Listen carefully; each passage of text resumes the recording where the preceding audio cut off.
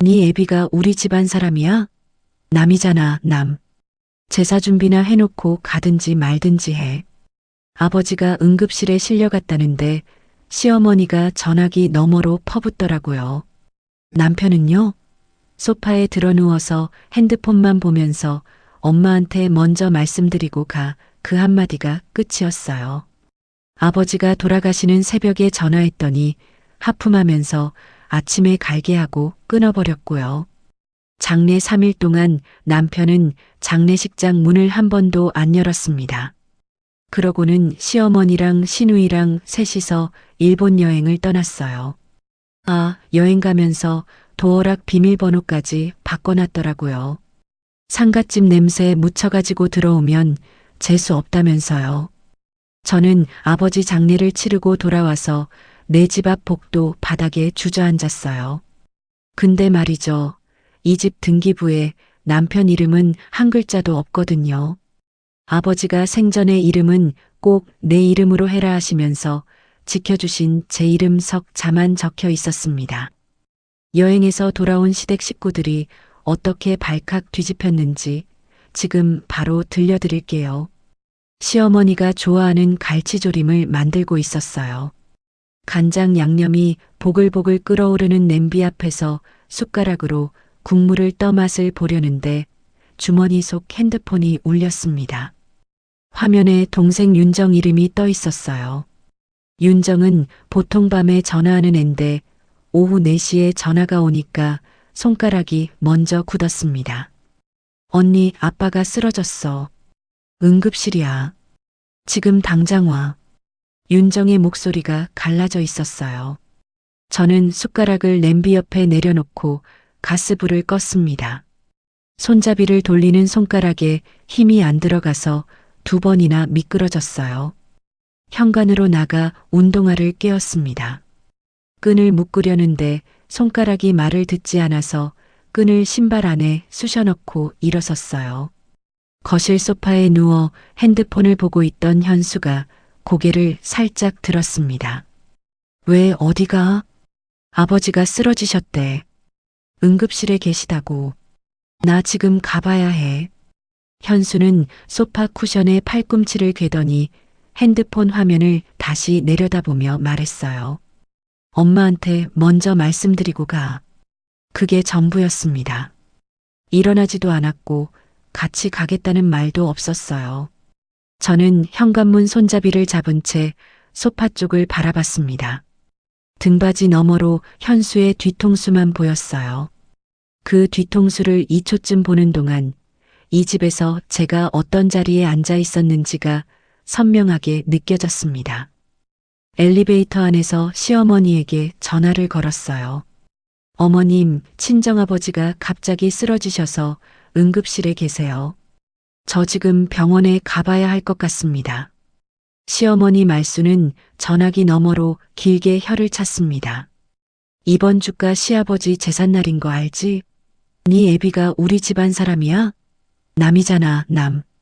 제사 음식 준비부터 해놓고 가든지 말든지 해. 저는 대답하지 못했어요. 엘리베이터 문이 열리고 로비를 걸어 나오는 동안 시어머니가 뭔가를 더 말했지만 귀에 들어오지 않았습니다. 택시를 타고 병원에 도착했어요. 응급실 자동문이 열리자 소독약 냄새가 코를 찔렀습니다. 커튼 사이로 아버지가 누워 계신 침대가 보였어요. 얼굴에 산소 마스크를 쓰고 계셨습니다. 눈을 감고 계신 아버지의 볼이 평소보다 훨씬 움푹 꺼져 있었어요. 다리에서 힘이 빠지면서 침대 옆 난간을 잡았습니다. 그때 뒤에서 윤정이 제 팔을 세게 잡았어요. 눈두덩이 벌겋게 부어 있었고 코끝이 빨갰습니다. 언니, 왜 이제 와? 내가 전화한 지 1시간 반이야. 저는 아무 말도 하지 못하고 아버지 얼굴만 내려다봤어요. 입을 열면 울음이 터질 것 같아서 입술을 깨물었습니다. 얼마 뒤 담당 의사가 저와 윤정을 복도로 불러냈어요. 보호자분들, 지금 상태가 많이 안 좋으십니다. 앞으로 며칠이 고비예요. 옆에서 계속 지켜보셔야 합니다. 의사가 돌아간 뒤 복도 벽에 등을 기대고 서 있었습니다. 며칠이 고비라는 말과 이틀 뒤 시댁 제삿날이 머릿속에서 부딪혔어요. 관자놀이가 쪼개지는 것 같았습니다. 그날 밤 병실 간이 침대에 누워서 현수에게 문자를 보냈어요.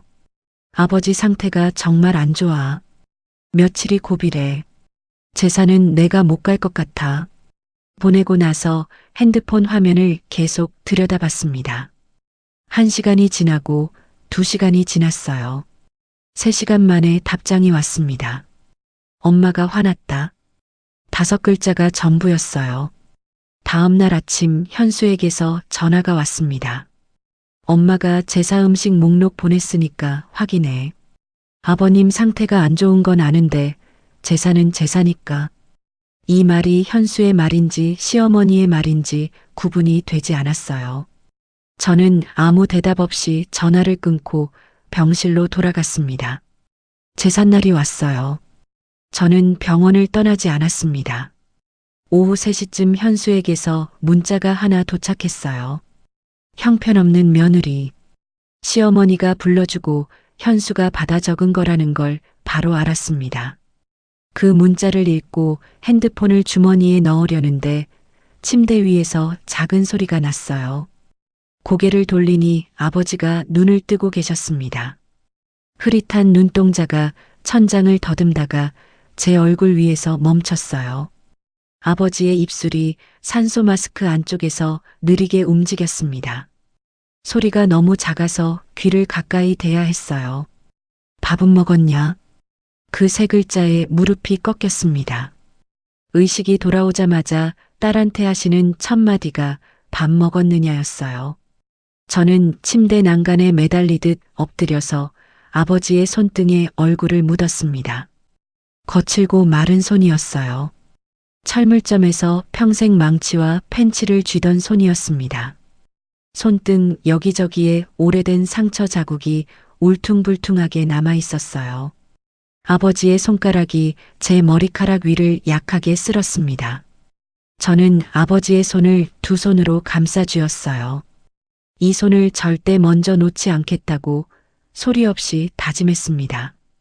아버지가 의식을 되찾은 뒤로 사흘 동안 상태가 잠잠해졌어요. 낮에는 제가 병실을 지키고 밤에는 윤정이 와서 교대했습니다. 간이 침대에서 자고 병원 편의점 삼각김밥으로 끼니를 때우고 아버지의 숨소리를 세다가 잠드는 나날이었어요. 그 사흘 동안 현수에게서는 전화 한 통, 문자 한 줄 오지 않았습니다. 나흘째 되는 날 새벽이었어요. 간이 침대에서 눈을 감고 있는데 병실 안기계에서 급한 소리가 울렸습니다. 벌떡 일어나 아버지 쪽을 보니 침대 옆 화면에 숫자가 뚝뚝 떨어지고 있었어요. 복도에서 간호사 2명이 뛰어들어왔고 뒤이어 당직 의사가 저를 복도로 나가라고 했습니다. 복도로 밀려나와 벽에 등을 붙인 채 핸드폰을 꺼냈어요. 떨리는 손가락으로 현수에게 전화를 걸었습니다. 신호음이 5번 울리고 나서야 현수가 받았어요. 잠이 덜 깬 목소리였습니다. 왜 무슨 일이야? 아버지가 위독해. 제발 와줘. 지금 바로. 목소리를 낮추려고 했는데 끝이 갈라졌어요. 현수는 하품을 삼키는 소리를 냈습니다. 지금 새벽 4시야. 아침에 갈게. 전화가 끊겼어요. 저는 꺼진 화면을 내려다보다가 핸드폰을 주머니에 밀어 넣었습니다. 윤정에게 전화를 걸었어요. 윤정은 한 번만에 받았습니다. 언니 무슨 일이야? 윤정아 아빠 상태가 안 좋아. 빨리 와. 20분 뒤 복도에 나타난 윤정은 잠옷 위에 패딩만 걸치고 슬리퍼를 신고 있었어요. 아빠 어때? 의사 선생님이 안에 계셔. 잠시 뒤 의사가 병실 문을 열고 나왔습니다. 저와 윤정을 번갈아 보더니 낮은 목소리로 말했어요. 보호자분들 들어오세요. 옆에 계시는 게 좋겠습니다.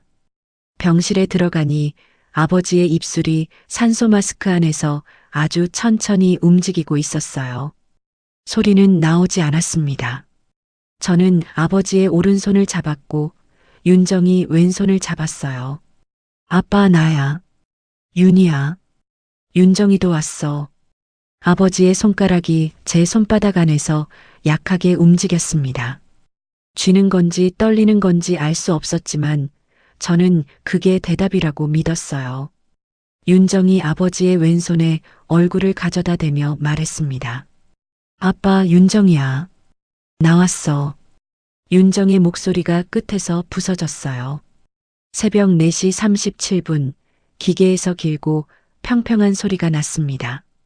의사가 아버지 쪽으로 다가와 무언가를 확인하고 고개를 천천히 저었어요. 아버지가 두 딸의 손을 잡은 채 눈을 감으셨습니다. 장례식장으로 아버지를 옮기고 상주 완장을 팔에 감았어요. 영정 사진 옆에 섰습니다. 철물점 앞에서 셔터를 반쯤 올린 채 환하게 웃고 계신 사진이었어요. 조문객이 하나둘 들어왔습니다. 친정 동네에서 세탁소를 하시는 박 아저씨가 제일 먼저 오셨어요. 영정 사진 앞에서 절을 하고 일어나더니 제 손을 두 손으로 잡았습니다. 윤희야, 아버지가 좋은데 가셨을 거다. 내가 여기 있을게. 아버지의 오랜 거래처 사장님도 오셨어요. 두 분이 상주석 옆에 나란히 앉아주셨습니다. 남편이 앉아야 할 자리를 두 어른이 채워주고 있었어요. 현수는 장례식장 문을 한 번도 열지 않았습니다. 장례 둘째 날 오후 현수에게서 문자가 떴어요. 엄마가 여행 일정 잡았다. 이번 주 금요일 출발이야. 카드 한도 좀 올려놔.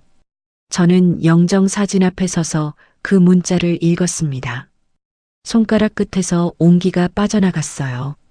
뒤에서 다가온 윤정이 제 얼굴을 들여다봤습니다. 언니, 왜 그래? 얼굴이 하얘. 저는 핸드폰 화면을 윤정에게 보여줬어요. 윤정이 화면을 읽더니 입술을 깨물었습니다. 이 사람들이 진짜. 장례 마지막 날 화장장에서 아버지의 유골함을 받아들었어요. 하얀 보자기에 쌓인 유골함이 생각보다 가벼웠습니다. 평생 무거운 걸 들고 사신 아버지가 이렇게 가벼워지셨다는 게 믿기지 않았어요. 유골함을 두 팔로 안았을 때 윤정이 옆에서 말했습니다. 언니, 이제 그 집에 꼭 돌아가야 해? 저는 대답하지 않았어요. 유골함을 가슴에 안은 채 납골당으로 가는 차에 올랐습니다. 납골당에 아버지를 모시고 나온 뒤 윤정에게 말했어요. 나 집에 가서 씻고 좀 쉴게. 언니, 우리 집에 갈래? 아니야. 그냥 집에 갈게. 장례 3일 동안 제대로 씻지도 자지도 못한 몸이었습니다. 검은 옷에서 향 냄새가 배어 있었어요. 택시를 타고 아파트로 향하면서 창밖을 봤습니다.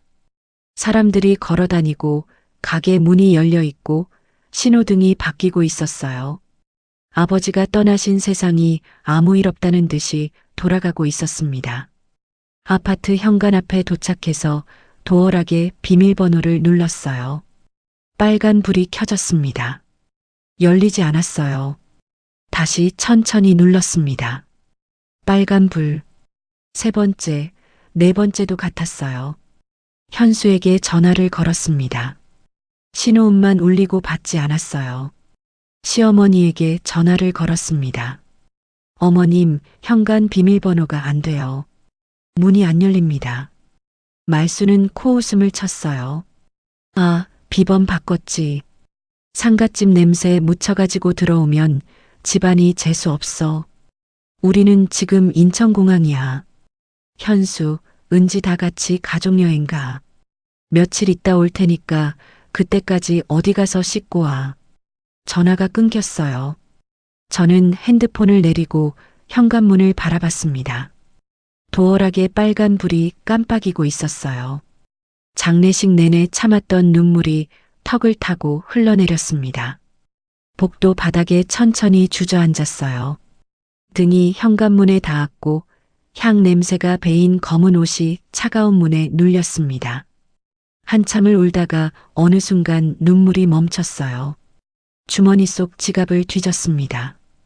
안쪽에 접어 넣어 다니던 종이 한 장이 손끝에 잡혔어요. 아파트 등기권리증 사본이었습니다. 아버지가 이 집을 살 때 접어주신 그 종이었어요. 저는 그 종이를 펴서 제 이름 석자를 들여다봤습니다. 등기권리증 사본을 접어 다시 지갑에 넣고 복도 바닥에 손을 짚고 일어섰어요. 무릎이 뻣뻣했습니다. 핸드폰을 꺼내 검색창에 24시간 열쇠 출장이라고 쳤어요. 제일 위에 뜬 번호를 눌렀습니다. 여보세요. 도어락이 열리지 않아서요. 출장 가능하세요? 30분 정도 걸린다고 했어요. 저는 복도 벽에 기대서서 기다렸습니다. 30분 뒤 엘리베이터에서 공구 가방을 든 기사님이 내렸어요. 회색 작업복을 입은 중년 남자분이었습니다. 여기 사시는 분 맞으시죠? 신분증 확인 좀 할게요. 저는 지갑에서 신분증을 꺼내고 등기권리증 사본을 펼쳐 보여줬어요. 기사님이 이름을 대조하더니 고개를 끄덕였습니다. 확인됐습니다. 열어드릴게요. 딸깍 소리와 함께 초록 불이 켜졌어요. 기사비를 계좌이체하고 현관문 손잡이를 잡았습니다. 문을 밀고 안으로 들어섰어요. 거실 소파 옆 바닥에 화장품 쇼핑백 3개가 나란히 놓여 있었습니다. 시어머니가 좋아하는 브랜드 로고가 찍힌 봉투였어요. 그 옆에 일본 여행 가이드북이 펼쳐진 채 엎어져 있었습니다. 식탁으로 눈을 돌리니 치킨 상자가 열린 채 놓여 있었고 뼈가 그대로 남아 있었어요. 콜라 캔 2개가 쓰러져 있었고 기름이 묻은 휴지가 뭉쳐져 있었습니다. 여행 가기 전에 먹고 치우지 않은 거였어요. 냉장고에도 현관 신발장 위에도 거실 탁자 위에도 메모 한 장이 없었습니다. 이 집에 사는 사람이 아버지를 잃고 돌아올 거라는 생각을 아무도 하지 않은 거였어요. 그 풍경이 저를 무너뜨리지 않았습니다. 오히려 가슴 안쪽에서 뭔가가 단단하게 굳는 걸 느꼈어요. 샤워실에 들어가서 뜨거운 물을 틀었습니다. 3일 동안 씻지 못한 몸에서 병원 냄새와 향 냄새가 물과 함께 흘러내렸어요. 샤워기를 끄고 나와 젖은 머리 그대로 거실 바닥에 앉았습니다. 핸드폰을 꺼내 검색창에 우리 아파트 단지 이름을 쳤어요. 매매 시세가 화면에 떴습니다. 같은 평수, 같은 층수의 최근 거래 가격을 하나하나 확인했어요. 급매로 내놓으면 얼마까지 가능한지, 매도할 때 필요한 서류가 뭔지 메모장을 열어 적기 시작했습니다. 이 아파트는 제 이름으로 되어 있어요. 아버지가 철물점을 정리하면서 마련해 주신 돈과 제가 모은 돈을 합쳐서 산 집이었습니다. 등기부의 현수 이름은 처음부터 없었어요. 다음 날 아침 9시 단지 앞 공인중개사 사무소 문을 열고 들어갔어요. 안경을 쓴 50대 남자분이 커피를 마시다가 저를 올려다봤습니다. 책상 위 명패에 박 사장이라고 적혀 있었어요. 어서 오세요. 어떻게 오셨어요? 저희 아파트 급매로 내놓으려고요. 박 사장이 커피잔을 내려놓으며 돈과 호수를 물었고 제가 대답하자 컴퓨터 화면을 돌려 시세를 확인했습니다. 지금 시세에서 1,000만 원 정도 낮추시면 바로 연락 올 분이 있어요. 마침 같은 단지에서 한 달째 급매 찾는 신혼부부가 있거든요. 그 정도면 괜찮아요. 빨리 진행해 주세요. 사무소를 나와서 핸드폰으로 이혼 전문 변호사를 검색했어요. 후기가 많은 곳 하나를 골라 전화를 걸었습니다. 가장 빠른 일정이 이틀 뒤 오후 2시라고 했어요. 예약을 잡고 필요한 서류 목록을 문자로 받았습니다. 그날 오후 박 사장에게서 전화가 왔어요. 사모님, 아까 말씀드린 신혼부부가 내일 오전에 집을 보고 싶다고 하는데요. 가능하세요? 네, 지금 있는 그대로 보여드릴게요. 다음 날 오전 박 사장이 신혼부부를 데리고 왔어요. 20대 후반쯤 되어 보이는 젊은 부부였습니다. 아내 쪽이 거실 창문으로 들어오는 햇빛을 보며 남편의 팔을 잡았어요. 여기 좋다. 우리 여기 어때? 남편이 고개를 끄덕이며 박 사장을 돌아봤습니다. 계약하겠습니다. 계약금은 3일 안에 넣을 수 있어요. 부모님이 도와주시기로 되어 있어서요. 사모님, 계약 일정 잡을까요? 네, 빠른 날로 잡아주세요. 같은 날 오후 변호사 사무실을 찾아갔어요. 상담실에 40대 초반쯤 되어 보이는 여자 변호사가 앉아 있었습니다. 서류를 건네고 상황을 설명했어요. 변호사가 등기부등본을 펼쳐보더니 말했습니다. 아파트가 본인 단독 명의니까 파는 건 남편 동의 없이 가능합니다. 말씀하신 내용이면 이혼 사유로도 충분하고요. 착수금 넣어주시면 정식 계약 체결하고 바로 시작할게요. 사무실을 나와서 윤정에게 전화를 걸었어요. 아파트를 금매로 내놓은 것과 변호사를 만난 것을 말했습니다. 전화기 너머로 윤정이 숨을 한번 크게 들이쉬었어요. 언니, 시어머니가 도어락 바꾸고 여행 간 거 맞지? 응. 내가 이삿짐 업체 알아볼게. 언니는 다른 거 신경 써. 윤정은 그 말을 하고 바로 전화를 끊었어요. 그날 밤 혼자 아파트 거실 바닥에 앉아 있었습니다. 불을 켜지 않았어요. 창문으로 들어오는 가로등 불빛만 바닥에 길게 누워 있었습니다. 이 집을 처음 계약하던 날이 떠올랐어요. 아버지가 부동산 사무실까지 따라오셨습니다. 철물점에서 입던 회색 작업복 차림 그대로였어요. 박 사장이 계약서를 내밀었을 때 아버지가 먼저 손을 뻗어 서류를 가져가셨습니다. 등기부등본을 한 줄 한 줄 읽으시더니 저를 보시며 말씀하셨어요. 이름은 꼭 내 이름으로 해라. 사위 이름 넣지 말고 꼭 내 이름이다. 저는 그때 웃으면서 대답했습니다. 아빠, 왜 그래? 알겠어.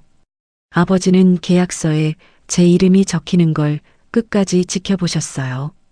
도장 찍는 것까지 확인하고 나서야 의자에 앉으셨습니다. 그때는 몰랐어요.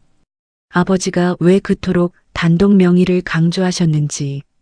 어두운 거실 바닥에 앉아서 주머니 속 등기권리증 사본을 꺼내 들여다봤습니다. 제 이름 석자가 가로등 불빛 아래서 선명하게 보였어요. 변호사 사무실에서 착수금을 보내고 정식 위임 계약서에 도장을 찍었어요. 변호사가 계약서 사본을 건네며 말했습니다. 오늘부터 정식으로 시작합니다. 진행 상황은 그때그때 연락드릴게요. 같은 날 오후 공인중개사 사무소로 갔습니다. 박 사장이 매수인 신혼부부와 이미 테이블에 앉아 있었어요. 사모님, 여기 앉으세요. 계약서 준비해놨습니다. 테이블 위에 매매 계약서가 놓여 있었어요. 매도인 란에 제 이름이 인쇄되어 있었습니다. 서윤이. 도장을 꺼내 계약서 위에 찍었어요. 빨간 인주가 종이 위에 선명하게 남았습니다. 신혼부부도 나란히 도장을 찍었어요. 박 사장이 일정을 확인하며 말했습니다. 잔금일은 2주 뒤로 잡겠습니다. 괜찮으시죠? 네. 계약을 마치고 나오면서 핸드폰을 확인하니 통장에 계약금, 입금 알림이 와 있었어요. 다음 날 아침 윤정이 수배한 이삿짐 업체 트럭이 아파트 앞에 도착했습니다. 윤정이 트럭에서 먼저 내려 저를 봤어요. 검은 모자를 눌러쓰고 운동화를 신고 있었습니다. 언니, 인부 2명 왔어. 빨리 하자. 현관문을 열고 들어가서 윤정과 함께 짐을 골랐어요. 제 혼수가전, 제 옷, 제 이불, 제 책, 제 것들만 골라냈습니다. 시어머니의 화장품 쇼핑백은 건드리지 않았어요. 현수의 양복이 걸린 옷장도 열지 않았습니다. 윤정이 시어머니의 쇼핑백을 발끝으로 톡 치며 말했어요. 이것도 버릴까? 그냥 둬. 우리 물건만 가져가면 돼. 인부들이 짐을 나르는 동안 저는 식탁 앞에 섰습니다. 가방에서 매매 계약서, 사본을 꺼내 식탁 한가운데에 올려놓았어요. 시댁 식구들의 짐은 한쪽 방에 그대로 두었습니다. 마지막으로 현관에 서서 집안을 한번 둘러봤어요. 제 짐이 빠진 자리마다 먼지 자국이 남아 있었습니다. 냉장고가 있던 부엌벽에 네모난 자국, 세탁기가 있던 다용도실 바닥에 고무 자국, 현관문을 닫기 전에 도어락 비밀번호를 새로 바꿨어요. 시어머니가 바꿔놓은 번호 위에 제가 정한 번호를 덮어 씌웠습니다. 초록 불이 한번 깜빡이고 설정이 완료됐어요. 짐을 윤정의 원룸 근처 소형 창고에 보관한 뒤 통신사 대리점을 들렀습니다. 번호를 바꾸러 간 거예요. 기존 번호로 연락 오는 건 다 끊기는데 괜찮으세요? 네, 괜찮아요. 새 번호는 윤정과 변호사에게만 알렸어요. 그 무렵 시어머니와 현수와 은지는 오사카에 있었습니다. 료칸 로비에서 체크인을 하며 말순이 현수와 은지를 돌아봤어요. 역시 여행은 가족끼리 와야 편하지. 안 그러냐, 현수야. 현수가 캐리어 손잡이를 잡은 채 어색하게 웃었습니다.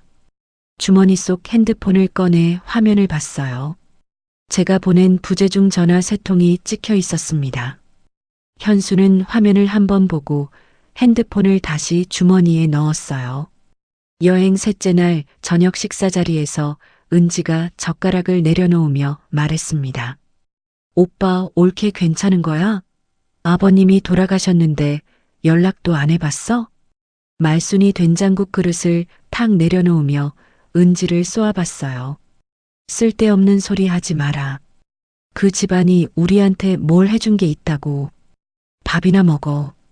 은지가 입을 다물었고 현수는 고개를 숙인 채 젓가락질만 계속했습니다. 여행 나흘째 현수가 거리를 걸으며 핸드폰을 꺼냈어요. 제가 마지막으로 보낸 문자를 다시 열어봤습니다. 도어락 왜 바꾼 거야? 그 문자 이후로 아무 연락이 없었어요. 현수가 화면을 들여다보며 걸음을 멈추려는데 앞에서 말순이 불렀습니다. 현수야, 뭐해? 빨리 와. 현수가 핸드폰을 주머니에 넣고 어머니 쪽으로 걸어갔어요. 귀국 당일 인천공항 입국장에서 3사람이 나란히 걸어 나왔습니다. 면세점 쇼핑백을 양손 가득 들고 있었어요. 말순이 쇼핑백 사이로 고개를 내밀며 말했습니다. 집에 가면 밥은 해놨겠지. 비행기 밥이 맛이 없어서 배고프다. 현수가 핸드폰을 꺼내 제 번호로 전화를 걸었어요. 현재 사용하지 않는 번호입니다.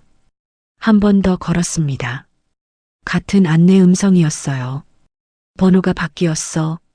현수가 핸드폰을 내리며 말하자 말순의 표정이 처음으로 흔들렸습니다. 은지가 옆에서 오빠의 얼굴을 보며 말했어요.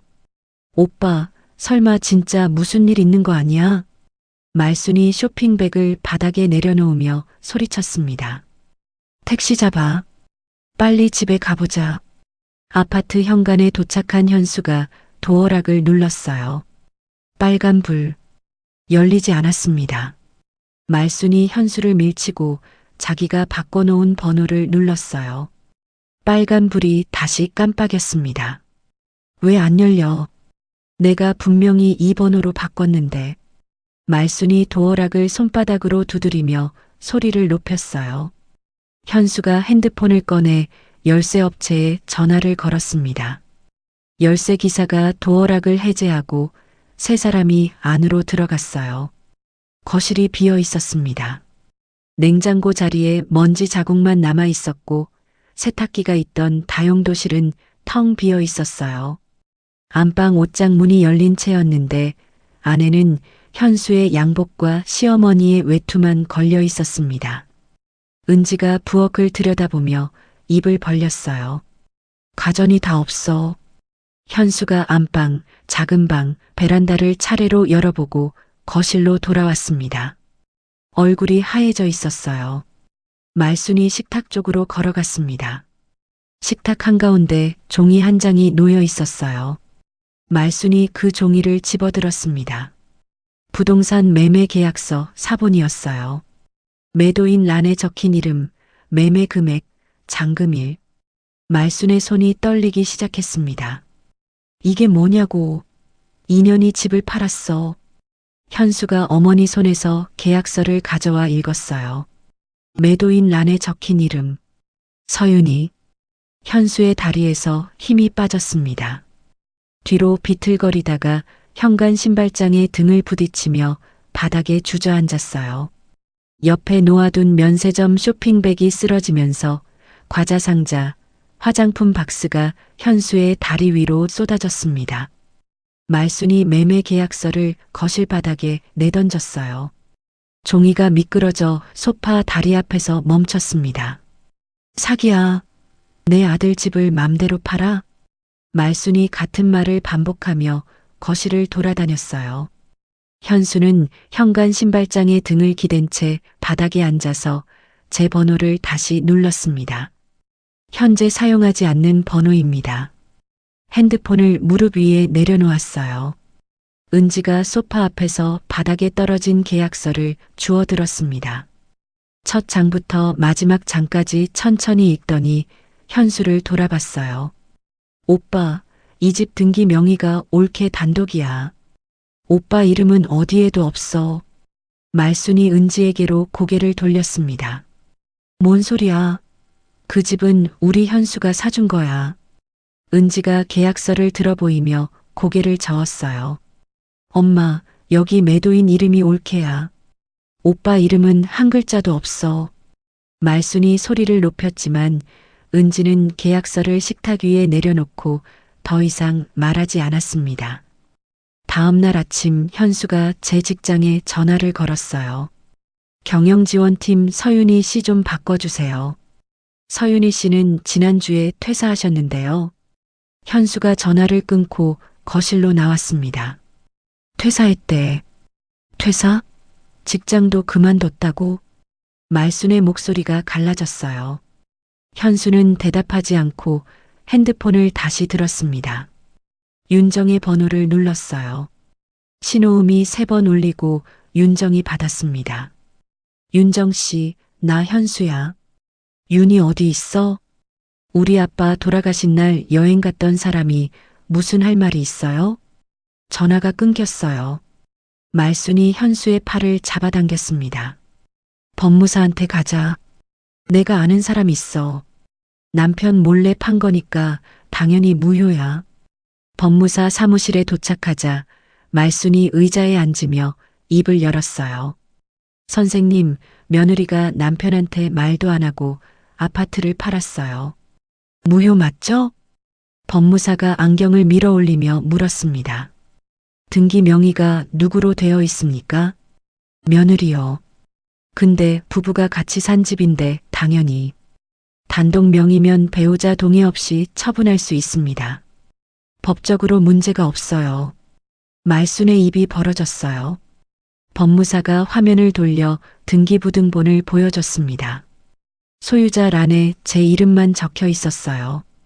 부부가 살던 집인데 그게 말이 돼요? 명의가 기준입니다. 말순이 의자에서 벌떡 일어나 사무실 문을 3개 닫고 나갔어요. 유리창이 덜컹 울렸습니다. 현수는 따로 변호사를 찾아갔어요. 아내가 동의 없이 아파트를 팔았는데 되돌릴 수 있습니까? 변호사가 팔짱을 끼고 잠시 생각하더니 입을 열었습니다. 정상적으로 체결된 계약을 뒤집는 건 사실상 불가능합니다. 솔직히 말씀드리면 상대 측에서 이혼을 준비하고 있을 가능성이 높아요. 현수가 변호사 얼굴을 멍하니 바라봤어요. 자기가 법적으로 아무것도 할 수 없다는 걸 그 자리에서 처음 마주한 얼굴이었습니다. 그 무렵 저는 윤정의 원룸에 있었어요. 핸드폰이 울렸습니다. 서윤희 씨, 이혼 조정 신청서 접수 완료했습니다. 법원에서 기일 통지가 나오면 다시 연락드릴게요. 네, 감사합니다. 전화를 끊고 변호사가 보내온 향후 일정표를 열어서 하나씩 읽었습니다. 며칠 뒤 윤정의 원룸 초인종이 울렸어요. 윤정이 인터폰 화면을 보더니 눈을 가늘게 떴습니다. 현수였어요. 윤이야, 나야. 대화 좀 하자. 윤정이 인터폰 버튼을 누르며 말했어요. 경찰 부를까요? 현수가 한 발 뒤로 물러서더니 화면에서 사라졌습니다. 언니, 괜찮아? 응. 괜찮다고 말했지만 심장이 빠르게 뛰고 있었어요. 현수는 건물 앞 계단에 2시간 넘게 앉아 있었습니다. 한참 뒤에 핸드폰에 카카오톡 알림이 떴어요. 현수가 보낸 긴 메시지였습니다. 왜 상의 없이 이런 짓을 한 거야? 엄마가 얼마나 충격받았는지 알아? 우리가 살 집이 없어졌어. 사과는 한 줄도 없었어요. 아버지가 돌아가셨다는 말도 없었습니다. 저는 답장 대신 화면을 캡처해서 변호사에게 보냈어요. 그날 저녁 말순이 아파트 관리사무소에 찾아갔습니다. 우리 집에 새로 들어오는 사람 입주 못하게 해주세요. 어르신, 소유권 이전이 진행 중이라 저희가 관여할 수 있는 부분이 아닙니다. 말순이 소리를 높이자 경비원이 올라와서 말렸어요. 같은 동 주민 2~3명이 지나가다 멈춰서 쳐다봤습니다. 그날부터 동네에 소문이 퍼지기 시작했어요. 그날 밤 현수의 핸드폰으로 제 변호사가 보낸 내용 증명이 도착했습니다. 이혼 사유와 조정 일정이 정리된 문서였어요. 현수가 불을 켜지 않은 빈 아파트 거실에서 혼자 그 문서를 읽었습니다. 끝까지 읽고 나서 핸드폰을 무릎 위에 내려놓았어요. 고개가 천천히 숙여졌습니다. 2주 뒤 잔금일이 왔어요. 매수인 신혼부부가 잔금을 치렀고 소유권 이전 서류가 접수됐습니다. 박 사장에게서 모든 절차가 완료됐습니다라는 전화를 받고 저는 윤정의 원룸 창문 앞에 서서 핸드폰을 내렸어요. 말수는 이 소식을 현수에게서 전해 듣고 부엌 바닥에 주저앉았습니다. 진짜 팔린 거야? 진짜? 현수가 고개를 끄덕였어요. 말순이 무릎을 두 손으로 잡은 채 한참 동안 바닥만 내려다봤습니다. 그 뒤로 말순이 움직이기 시작했어요. 친척들과 동네 지인들에게 전화를 돌렸습니다. 며느리가 시어머니를 속이고 집을 팔아서 도망갔어요. 이런 며느리가 어디 있어요? 현수의 큰아버지까지 나섰어요. 제 변호사에게 직접 전화를 걸었습니다. 집안일은 집안에서 해결해야지. 남남이 끼어들 일이 아니잖소. 조정 취하하라고 전해주시오. 변호사가 저에게 이 통화 내용을 알려주며 말했어요. 시댁 쪽에서 외부 압박을 하고 있으니 기록으로 남겨둘게요. 계속 이러면 접근금지 가처분을 신청할 수 있습니다. 앞으로 시댁 연락은 전부 차단하겠습니다. 변호사님을 통해서만 연락하게 해주세요. 네, 그렇게 하시는 게 좋겠습니다. 한편 현순의 집에서는 말순과 큰아버지가 거실에 모여 앉아 있었어요. 말순이 식탁을 손바닥으로 치며 말했습니다. 이혼은 절대 안 돼. 막아야 해. 큰아버지가 팔짱을 끼고 고개를 끄덕였어요. 그래, 일단 시간을 끌어. 여자가 마음이 약해지면 돌아올 수도 있어. 그 자리에서 은지만 다른 목소리를 냈습니다. 오빠가 장인어른 돌아가신 날 여행 간 게 문제의 시작이야. 올케 입장에서 한번 생각해봐. 말순이 은지를 쏘아봤어요. 넌 시집도 안 간 게 뭘 알아. 됐으니까 입 다물어. 은지가 입을 다물었습니다. 자리에서 일어나 방으로 들어갔어요. 그날 저녁 은지가 현수에게 따로 전화를 걸었습니다. 오빠, 솔직히 엄마가 한 일은 선 넘은 거야. 도어락 바꾸고 상갓집 냄새 어쩌고 하면서 여행 간 게 말이 돼? 이혼 조정에서 지금이라도 성의 있게 나가는 게 오빠한테 나아. 현수는 한참 동안 아무 말이 없었어요. 나도 안다. 은지는 그 대답을 듣고 전화를 끊었습니다. 저는 윤정의 원룸에서 지내며 새 직장 면접을 준비하고 있었어요. 아파트 잔금이 입금된 통장을 정리하면서 금액을 나눴습니다. 아버지가 보태주신 돈에 해당하는 부분을 따로 분리해 적금에 넣었어요. 이건 아빠 돈이니까. 윤정이 옆에서 통장 화면을 보다가 고개를 끄덕였습니다. 아빠가 알면 좋아하셨을 거야. 조정 신청 약 6주 뒤 가정법원에서 이혼 조정 기일 통지서가 양측에 발송됐어요. 현수는 어머니 성화에 못 이겨 변호사를 선임했지만 상담에서 돌아온 답은 좋지 않았습니다. 솔직히 상대 측 사유가 강합니다. 아파트는 이미 처분돼서 다툴 실익도 적고요. 현수가 변호사 사무실을 나오며 핸드폰을 주머니에 넣었어요. 계단을 내려가는 발걸음이 무거웠습니다. 조정 기일 열흘 전이었어요.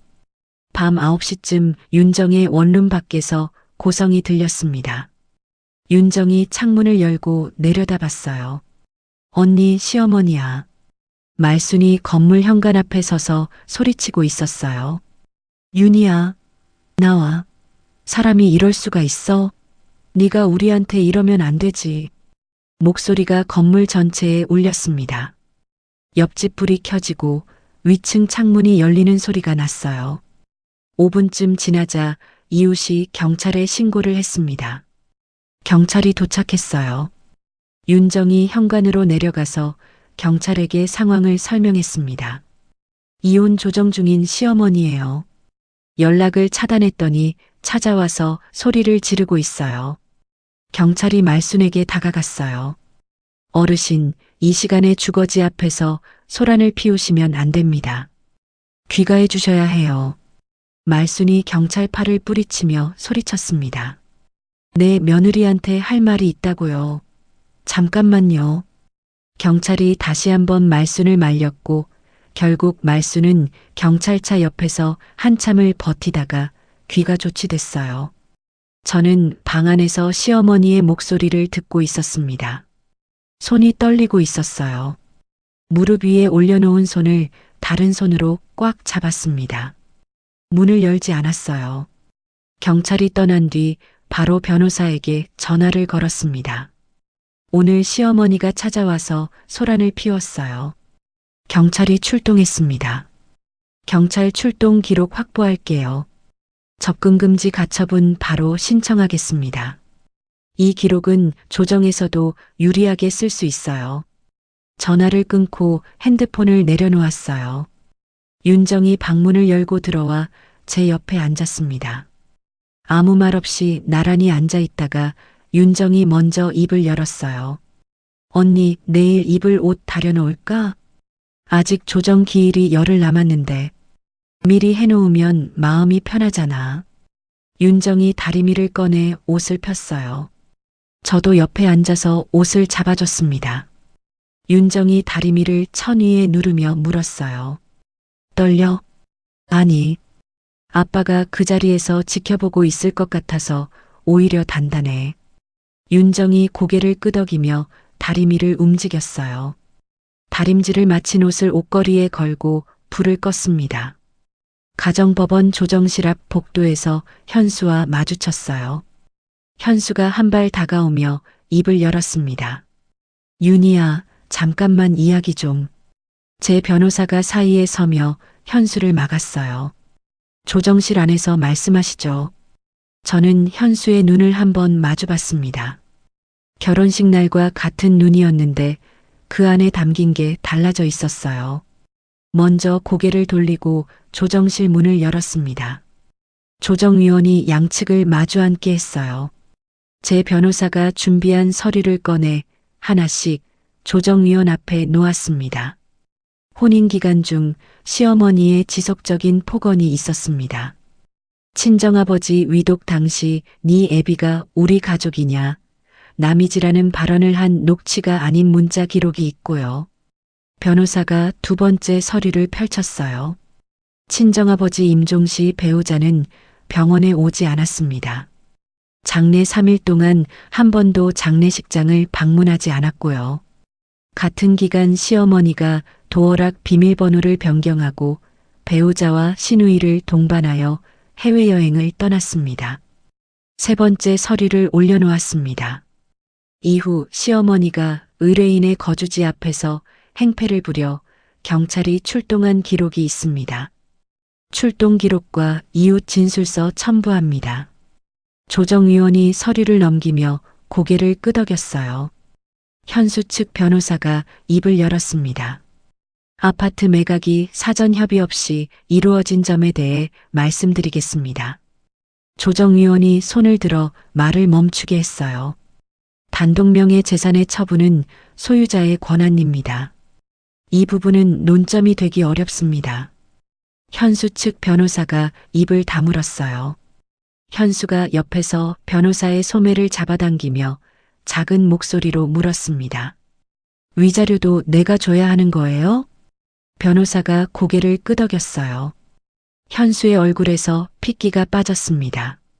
조정위원이 양측의 합의 이혼을 권고하며 방향을 제시했어요. 제 변호사가 서류를 한 장 더 꺼냈습니다. 해당 아파트는 혼인 전 의뢰인 본인과 친정 자금으로 취득한 재산입니다. 취득 당시 자금 출처 내역서 첨부합니다. 오히려 혼인 기간 중 시댁에 지출한 생활비 기여분에 대한 정산을 요구합니다. 첫 조정에서 합의에 이르지 못했어요. 2차 조정 기일이 3주 뒤로 잡혔습니다. 법원 밖에서 현수가 어머니에게 전화를 걸었어요. 엄마, 상황이 안 좋아. 위자료를 내가 줘야 할 수도 있대. 말순의 목소리가 전화기 너머로 터졌습니다. 위자료는 절대 못 줘. 끝까지 싸워. 엄마, 변호사도 어렵다고 했어. 현수가 힘없이 말했어요. 처음으로 어머니의 말에 반박 아닌 반박을 한 거였습니다. 2차 조정 기일까지 3주 사이 은지가 현수를 따로 불러냈어요. 동네 카페에 마주 앉았습니다. 오빠 엄마 말만 듣다가 오빠 인생까지 망가져. 합의하는 게 낫다. 현수가 커피잔을 감싼 두 손을 내려다봤어요. 오랜 침묵이 흘렀습니다. 나도 안다. 은지는 그 대답을 듣고 커피를 마셨어요. 이 대화를 마지막으로 은지는 어머니와 오빠 사이의 중재에서 빠지기로 마음을 정했습니다. 2차 조정이 열렸어요. 현수 측이 위자료 금액 조정을 요청했고 제 변호사와 논의한 끝에 일부를 수용했습니다. 양측이 합의에 도달했어요. 조정위원이 합의 조서를 작성하고 테이블 위에 올려놓았습니다. 저와 현수가 같은 테이블에서 각각 펜을 들어 서명했어요. 펜을 내려놓는 순간 손끝에서 힘이 빠졌습니다. 법원을 나오니 윤정이 계단 아래에서 기다리고 있었어요. 밥 먹으러 가자. 응. 아빠가 좋아하던 칼국수집. 윤정이 제 옆에 섰고 나란히 법원 앞 횡단보도를 건넜어요. 신호등이 파란불로 바뀌었고 10월 바람이 코끝을 스쳤습니다. 합의 조정이 확정된 뒤 양측 변호사를 통해 이혼 신고서가 제출됐어요. 며칠 뒤 구청에서 이혼 신고 수리 확인서를 받아들었습니다. 서류를 가방에 넣고 구청을 나왔어요. 하늘을 한번 올려다봤습니다. 구름 한 점 없는 가을 하늘이었어요. 가방 끈을 고쳐 잡고 걸음을 옮겼습니다. 이혼 절차 중에 면접을 봐두었던 중소인테리어 회사 경영지원팀에서 합격 통보가 왔어요. 새로 구한 소형 오피스텔에서 첫 출근길에 나섰습니다. 현관문을 잠그고 계단을 내려오는데 아침 공기가 코끝에 차갑게 닿았어요. 예전에는 느끼지 못했던 감각이었습니다. 사무실에 도착해서 자리를 안내받고 어색하게 인사를 나눴어요. 옆자리 직원이 커피를 한 잔 건네며 말했습니다. 처음엔 다 어색해요. 금방 익숙해질 거예요. 저는 고개를 숙여 인사하고 종이컵을 받아들었어요. 커피 향이 코끝을 스치는데 오피스텔 선반 위에 세워둔 아버지 사진이 떠올랐습니다. 오늘 아침에도 커피를 내리면서 그 사진을 한번 바라보고 나왔어요. 매일 아침 커피를 내리며 아버지 사진을 보는 것이 하루를 시작하는 루틴이 됐습니다. 윤정은 매주 토요일마다 오피스텔에 찾아왔어요. 장을 봐와서 같이 밥을 해 먹었습니다. 어느 토요일에는 윤정이 반찬통 하나를 들고 왔어요. 이거 아빠 철물점 단골이었던 동네 이웃 아주머니가 보내셨어. 깍두기랑 멸치볶음. 뚜껑을 열자 익숙한 냄새가 올라왔어요. 어릴 때 아버지가 철물점에서 점심 먹을 때 옆에 놓고 드시던 반찬 냄새였습니다. 아주머니가 그러셨대. 아버지가 살아계실 때 매일 철물점 앞 지나가면서 인사했다고. 딸들 잘 지내냐고 꼭 물어보셨대. 윤정이 반찬을 접시에 덜면서 말했어요. 저는 깍두기를 집어 입에 넣었습니다. 씹다가 윤정을 봤는데 윤정도 저를 보고 있었어요. 둘 다 웃었습니다. 그러다가 윤정의 눈가가 젖었고 저도 코끝이 시큰해졌어요.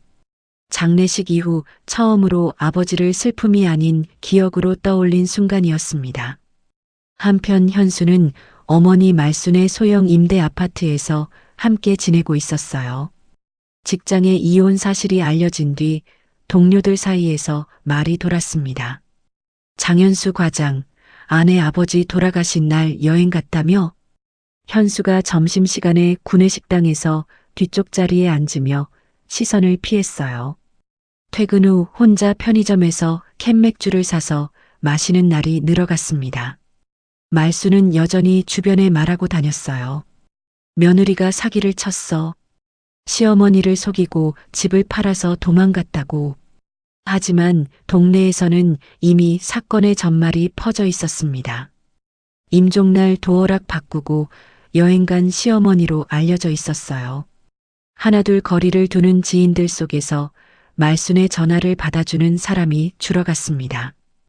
은지는 이혼 뒤에 현수에게 가끔 안부 전화를 했어요.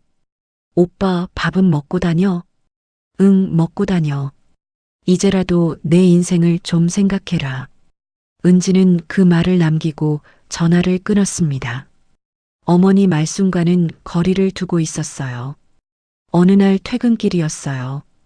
버스에서 내려갔는데 낯익은 골목이 나타났습니다.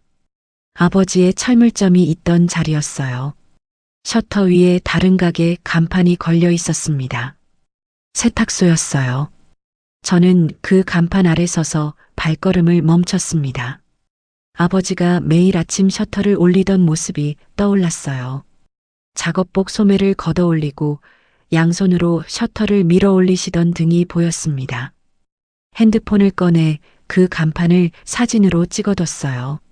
아버지의 가게가 여기 있었다는 걸 기억하고 싶었습니다. 그 주말 윤정과 함께 납골당을 찾았어요. 화병에 꽂혀 있던 꽃이 시들어 있었습니다. 새 꽃으로 바꿔 꽂으며 말했어요. 아빠, 윤정이도 왔어. 윤정이 옆에서 두 손을 모으며 말했습니다. 아빠, 언니 밥 잘 먹고 다녀. 걱정 마. 나란히 서서 아버지의 사진을 바라봤어요. 철물점 앞에서 웃고 계신 그 사진이었습니다.